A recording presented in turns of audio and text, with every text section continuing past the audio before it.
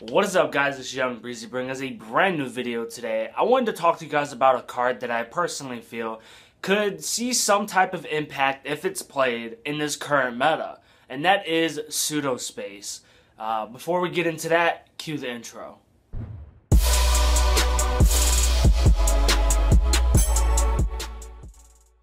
Alright guys, so let's get straight into it. I wanted to talk to you guys about Pseudospace and basically why I feel the card can see some type of play here in the current meta. I'm going to go through the pros and the cons, at least in my eyes, the history of the card, what the card does, as well as what decks can kind of abuse it. So let's get straight into what Pseudospace does. Once per turn, you can remove from play one field spell in your graveyard to have this card be treated as that card, and gain the same effects until the end of the turn. Now, a little bit of backstory on how relevant this card used to be is Chicken Game. Chicken Game used to be a staple, just like Upstart, until Upstart ended up getting hit to 1 on the ban list. Sadly, Chicken Game didn't live that long, and it ended up getting banned. But what a lot of people ended up doing was play Chicken Game, get your little draw off, and if you had Pseudospace in hand, or you were able to search it with Terraforming, which at the time we didn't have anything else to search for the field spell besides Demise of the Land, but that's neither here or there. And then you replace Chicken Game with Pseudospace. Pseudospace banishes Chicken Game, and then bam, you were able to draw another card. Well, why I feel like this card can see a little bit of play in the current meta is because Trick Stars are not as prevalently or heavily played, but the field spell you can use multiple times, which is pretty broken. Now, I don't know if you're able to use certain effects on it multiple times, but from what I've seen, I think effect damage or something, as long as you're able to keep on doing effect damage or whatever to your opponent, I mean, just think about it. Just think about it, okay? Test it out. Let me know in the comment section down below how that works out for you.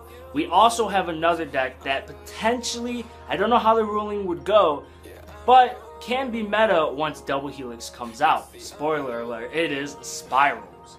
Now, for anybody who does not know what Spiral Resort actually does, you basically can add a Spiral from your deck to your hand. Now, I don't know if it's a hard once per turn, unlike the field spell for Trick Stars, but I feel like this card can potentially abuse the Spiral Resort maintenance cost, and I don't know exactly how that would work because of the fact of Pseudospace's wording. You can only use the same effect until the end of the turn. Obviously, at the end of the turn or whatever, with Spiral Resort, you're able to use the maintenance cost to, put back a monster or whatever, maybe a link or something, back into the deck or extra deck, and then bam. If you guys know the ruling and how that would work, also let me know in the comment section down below. I would really love to know. Who knows?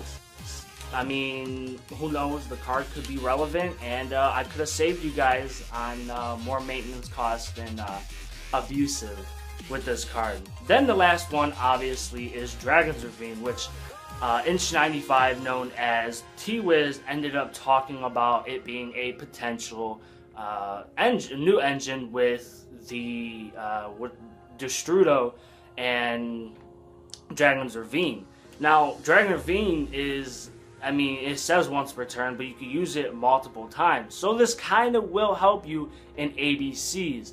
Unlike Union Hanger, which you can only use once, with Dragon's Ravine, you're able to dump Destrudo by discarding one of your pieces, of course. And then obviously, if you're playing like the Dragunity builds of ADCs, replace that with Pseudospace, banish Dragon's Ravine, then use the Dragon's Ravine effect to send, I don't know, a Dragunity. I don't know which one. I don't play Dragunity, but y'all are smart enough to know. Then that's basically the pros, okay? The pros to this card, obviously, is searchable. You're able to use it for really any field spell that isn't a hard once per turn, or at least doesn't have any restrictions.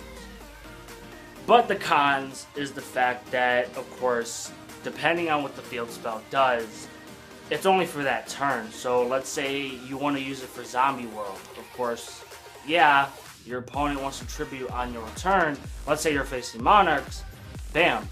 But the only thing that sucks is you have pseudo space just sitting there only for your turn. Then you have the con of either drawing into it or having to search it with terraforming if you have it. Now, knowing that we're getting the trap soon in Circuit Break, which I'll be doing a top 10 cards to pick up in Circuit Break, which will be coming out fairly soon. I believe it's October 20th. But basically, that allows you to place pseudo space from the deck, I believe, to the onto the field spell zone. But I would rather use Demise of the Land because it basically does the same thing. It's a quick play. That's just my opinion. I'm not trying to hype the card, but I think it's worth investing. So if you guys did enjoy the video, let me know in the comment section down below what you guys' actual thoughts are on pseudo space. Were you around when Chicken Game actually was played?